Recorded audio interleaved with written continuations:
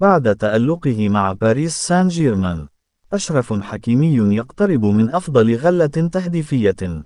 رغم التراشق الكلامي المرح بينهما، شفى المدافع الدولي المغربي أشرف حكيمي غليل مدربه الإسباني لويس إنريكي بتألقه اللافت في الكلاسيكو أمام مرسيليا 4-0 الأحد في الدوري الفرنسي لكرة القدم، مؤكدا على أرضية الملعب الانسجام الكبير مع مدربه. عشية المباراة، لم يخجل إنريكي من القول إن حكيمي يسخر منه دائما كلما تحدث عن مباراة المنتخبين المغربي والإسباني في مونديال قطر. فاز أسود الأطلس بركلات الترجيح في ثمن النهائي، مضيفا: هذا وارد في كرة القدم، يجب أن تعرف كيف تفوز وكيف تقبل الخسارة. وكان إنريكي تحت الضغط أمام مرسيليا في بارك دي برانس، خصوصا أنه خسر المباراة السابقة على الملعب ذاته في الدوري أمام نيس 2-3، فأشفى غليل حكيمي بتسجيله هدفا رائعا ومساهمته في الثاني، كاشفا عن نشاطه الكبير وحيويته في أرضية الملعب، حيث كان الأعلى نقاطا بين جميع اللاعبين. وقال أنريكي عقب المباراة: يقدم حكيمي أكثر بكثير من أي لاعب آخر على الجهة اليمنى من الملعب، إنه مدافع أيمن، ولكن ليس هذا فقط، إنه لاعب خط وسط ومهاجم، وقد أثبت ذلك خلال المباريات الأخيرة. وأضاف: إنها فرصة للمدرب ليكون لديه لاعب بهذه الجودة وبهذه المساهمة الفعالة تحت قيادته. وافتتح حكيمي التسجيل من ركلة حرة مباشرة من خارج المنطقة سددها قوية رائعة بيمناه، وأسكنها الزاوية اليسرى للحارس الإسباني باولو بيس.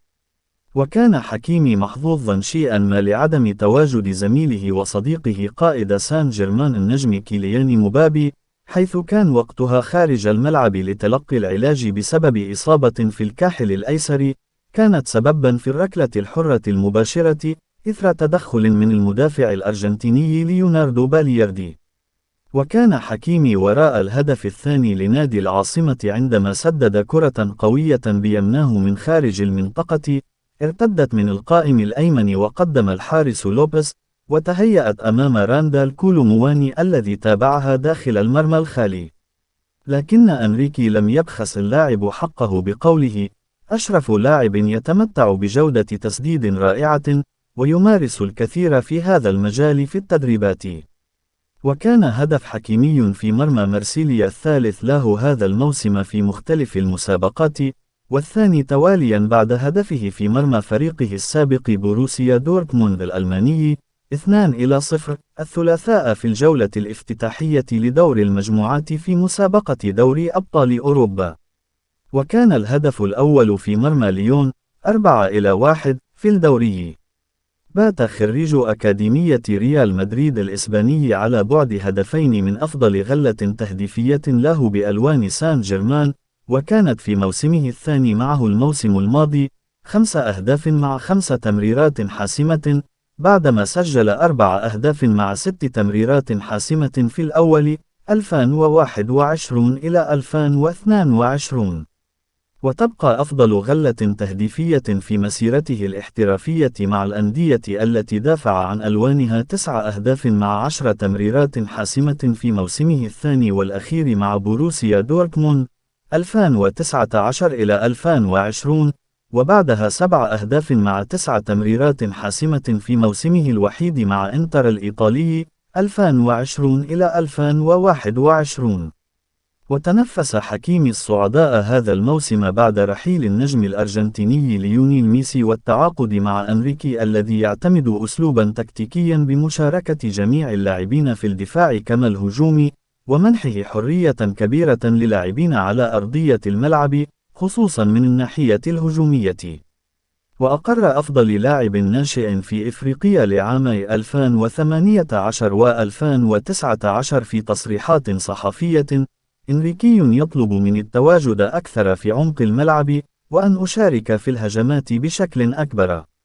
يطلب مني أيضا الاستحواذ على الكرة أكثر. وأضاف: عموما لدي ثقة كبيرة في نفسي، وأتمنى الاستمرار بالمعدل نفسه. ولا تقتصر موهبة اللاعب فقط على سرعته الهائلة وتألقه في المراوغات الفردية، إذ إنه قادر على شغل مراكز عدة على الرواق الأيمن، أكان كجناح أو كظهير مع مهام دفاعية أكبر، وأينما حل أو ارتحل يترك بصماته وتنهال عليه الإشادات، سواء من مدربيه أو زملائه. وقال عنه مدربه السويسري في بوروسيا دورتموند لوسيان فافر: حكيمي في كل مكان، أرفع له القبعة، يهز الشباك ويمرر الكرات الحاسمة. فيما صرح قائده السابق في سيغنال إيدونا بارك ماركو رويس: إنه سريع جدا، هو سلاح دائم. وأكد مدربه في إنتر ميلان أنطونيو كونتي أنه استثمار مهم للنادي وقتها، مشددا في الوقت ذاته على أن لديه إمكانات هائلة.